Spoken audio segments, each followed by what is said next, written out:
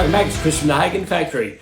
So this week we've got a couple of updates on the 500 Triumph GP bike. I've got the engine laid out, but we'll have a look at that soon. And if you're into 70s mini bikes, keep watching. Might be worthwhile just flicking through this video. There's going to be a few different bits and pieces. So if you're into mini bikes, you'll have to flick through. If you want to watch the Triumph stuff, it's up first. So let's have a look.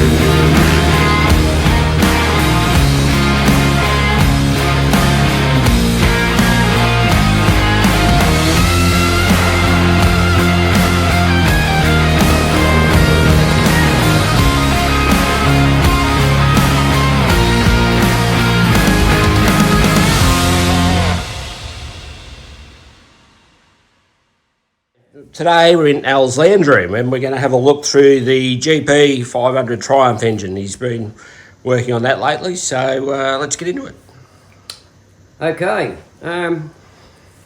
the engine's been a bit slow to go together for one reason, because we couldn't get any of these.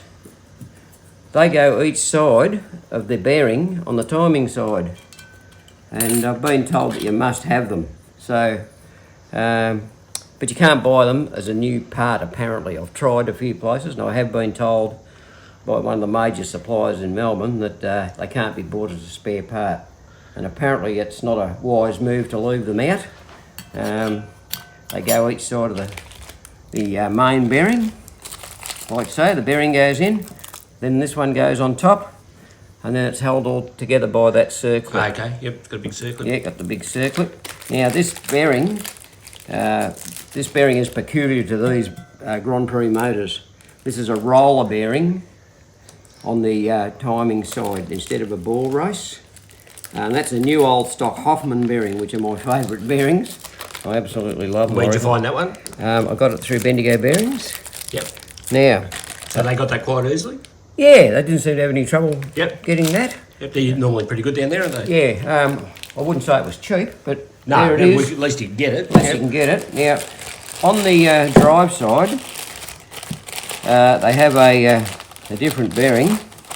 This one here, which I'll get out of the packet. It's just a single lip. Yeah, it's a single lip roller, which means you can, if you're not familiar with single lip rollers, you can actually take the centre out of it. Now, this goes in here, and that goes like so on the end of the crankshaft. Now, what that does, it gives you a really good thrust surface on the drive side, because it comes up against that lip. But what it also does is it allows you to measure the end float in the crank, because that'll just slide in there a little bit, and you can measure the end float. And if necessary, might have to put a shim in there. You always shim behind a bearing, not in front of it. Yep. Always shim behind a bearing. That's really important to remember, because I have pulled motors apart and I found a shim on there. Yeah, on the wrong side, yeah. Which is no good. So that's been the hold up. These shims have been the hold up. So now we've got some. So you had to split a set of cases. Yeah, I had to split a set of cases, an old motor, which I had to buy to get those. But I've still got the motor, which is all right, the other motor, which is okay. It's not in bad condition. I did buy a bit of stuff the other day. I was very, very fortunate. I bought a close ratio gearbox, a freshly rebuilt one, and a couple of close ratio clusters. Yeah, which is fantastic. And yeah, it's brilliant. And a few other parts. Now, this is the drive side case. These are the cams that will be going in it. They're brand new cams. Yep, nice. Yep. And down in there, there's the rotary breather in there. I have a new one of those and I'm going to pop in. It's a little bit dark, we can't see that. Yep, okay. Well, the cams, when you assemble it, you put the whole bottom end together with the cams in like that, and then you drop the other half of the crankcase on. Yep. Okay. And then you've got to get the timing gears back on the end of the cams, which sometimes can be a little bit difficult. We might buy a puller kit. Yeah, you can buy a tool. Yeah. I had a look at those the other day, they weren't too expensive, so we've got a couple to do, so I think we should just buy that. Yeah, we should buy the tool to do it. Yeah, perhaps. buy the tool. Yeah. Yep, righto. Now, we've done a bit of an article on the head, but there's the head. Yep, it's beautiful. Yeah, it's all been freshened up by Neville Crowe in Bendigo. who's Motorcraft Engineering, absolute guru. in Golden Square. Yep. Now, I bought a whole set of all new nuts and bolts. I thought, no, we'll go for the head and barrel studs. I thought we'll go for all those. I've got all new nuts that go around the bottom of the cases here, the correct nuts. Yep. And they're small hexagon. So okay. So you can get a spanner on them easy. Clearance, yep. And you can tighten them down. So I think it's, once again, not overly cheap, but I think a good investment. Oh, I think it is for this bike. Yeah. Yep. And they're the some of the crankcase bolts that hold the two halves of the crankcase together. Right. Yep. So, the cylinders, and as we've spoken about before, they've got the lugs on the side. That was where the cowl went to direct air onto these cylinders when they were actually built for a generating plant, would you believe? So the reason they use these is these were the only alloy cylinders at the time that Triumph made. Yeah. So they thought, well, we'll use them and the head off the generating plant. Makes it really skinny, doesn't it? It does. The ports are straight, exhaust ports and that. So. Absolutely. Yep. Now, these are the new 9-to-1 compression pistons, which are the correct compression ratio of this bike, and we've got the ring sets, the gudgeon pinners in there, all that. So I've got all that ready to go. We have the crankshaft with the new rods. Yep, we went through the crankshaft. Do we? Okay. But we can drag that out and have another look at it. Yeah, right. We might log all the bits here. Hold it.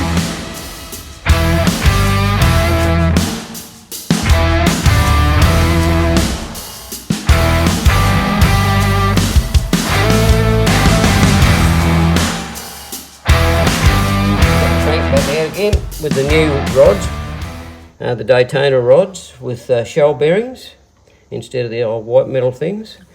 And I think we've mentioned it before, but this crank has been reground. It's 10th hour under, and they've had to drill these 3 holes in it to balance it because of the heavier con rods. Yeah. So one of my old engine reconditioner mates called in the other night and had a look at it, and he said it was just beautiful. He said. Who was that? Phil.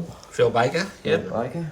Yeah, he liked it? Yeah, he loved it. Yep. Yeah, good. Yep, he thought it looked really good. So we've got a very, very nice looking lot of parts Oh, it looks fantastic. here at the moment, and it's going to be a pleasure to assemble it, actually. It will be, because it's just all new, isn't it? Yep. It's just fantastic. Everything's been done that needs to be done. Explain why you went for those rods. Okay, well, there's a couple of reasons. Yep.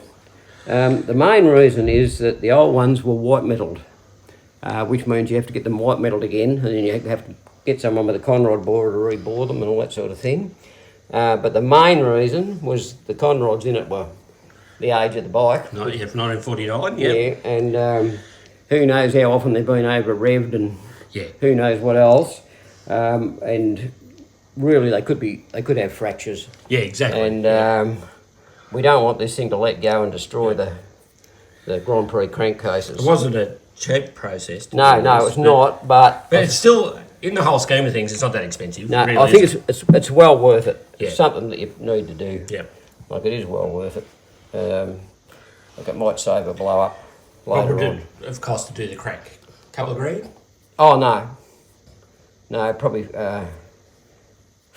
$1,500, yeah. Yeah, to do the And whole that'll show. Save everything, save the cases. That was to buy the rods, get the crank round, get it balanced, and yeah, that's what roughly about what it cost. And it means we can ride it, and Yeah, you can have it. we can get into it a bit if we have to. Yeah, we can give it a bit of a Give it a bit of stick. bit of a thrash Yeah.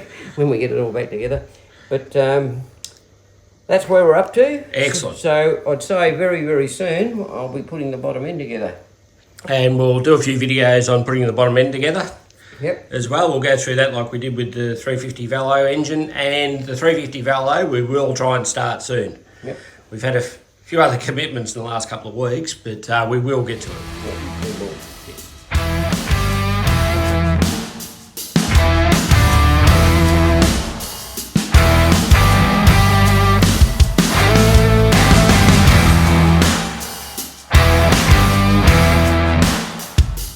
Okay. This is the Grand Prix oil tank. It's quite a large oil tank, and they're bigger than a standard one. Now, when I got this bike, somebody had cut a hole right through this for reasons I don't really know, and it came out the back here. It took a piece of that rib as well. It looks like it was to put an air cleaner hose through or something at some time, but it's beyond me why they actually did it. But anyway, I handed this over to my good friend Will Boozy, who's just a magic sheet metal worker. He helps us on every project. Yeah, he's contributed to every project we've ever done. And he filled the hole in, also put the seams back in it. The hole went down into here. He's rolled it all and fitted all that back in. I think we've got a couple of photos of that with the hole in it. We'll have a look. Yep. Okay. And the hole came out through there, through that seam as well. So he cut it all out, and they had a tube welded through it. And he pulled the tube out, and he's rebuilt the tank. Not only that, he's cleaned it out and blasted it inside as well. And we've got a really good quality job back. Excellent. With the spin-on cap, or the wing nut cap. And it's immaculate inside. Yep, fantastic. It's all blasted inside. You can still smell the cleaning fluid in it. No, he's done an excellent job as usual. As always, yeah, just as always, hasn't he? Yes, he has. Yep, yep. It's got a few little dings. That's to clear a frame tube, as is the one on the top there. Yep. Clears the frame tube. It bolts up. Now, it's in pretty good condition otherwise. It is. It's got a couple of little dings there, but we'll fix that. Little ones, a couple of little dings, but gee. Yeah, once we get all that stuff painted and all that. Yeah, compared to what it was, that's just a beautiful thing. It really is. And it's really Work nice. of art. It is. He's done a top job on that. Good job, Will. Thanks, Will. Righto, with the mini bikes, we've got every kid's dream from 1972. It's a 1972 Honda SL70. It's been restored, haven't gone over the top with it. Whoever did it did a fantastic job, so it's still usable. It's not showroom, but it's bloody close. So let's have a look.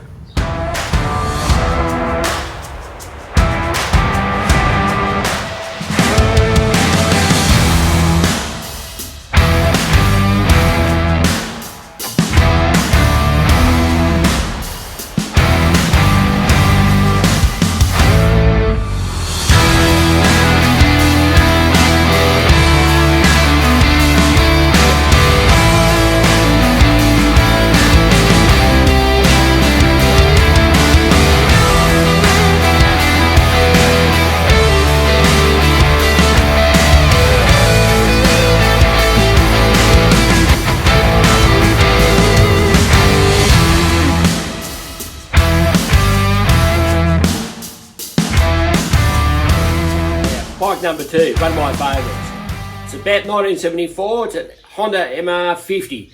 Now this bike, somewhere in the past, some kid's been very lucky. The father's done a bit of work on it. It's sort of, I think it's a highly developed sort of bike. It's got different ignition, it's got a different chamber on it and muffler. It's got a big carby on it. It's got Coney shocks. Someone spent a lot of money on it back in the day. It's unrestored. I'd really like this bike, but I can't see the bloke that owns it parting with it ever. So, but one day I might have a try and see.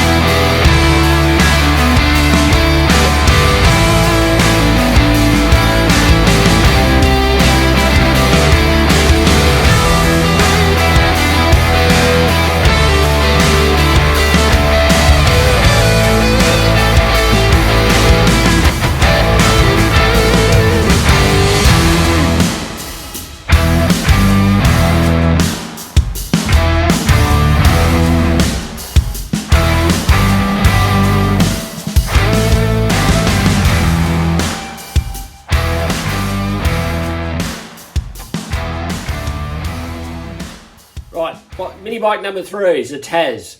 Built from 1968 to 1971, I think. Don't hold me on that one. I've never actually ridden one. A family member had one. And I do remember Chris O'Mara roaring around on one when I was a kid. So this is not a bad example. It's got the extra heat shield on the exhaust that someone's made up out of an old Falcon grill.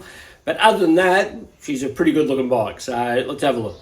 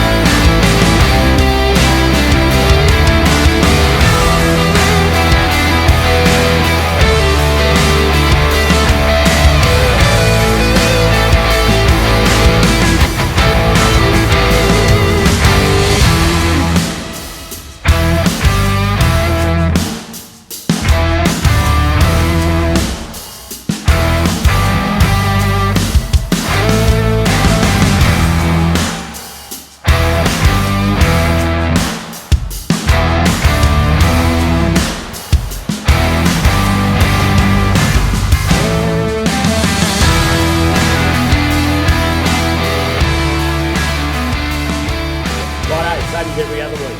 If you like what you see, like, subscribe, tell your friends, tell everybody. Let's bring Hagons back.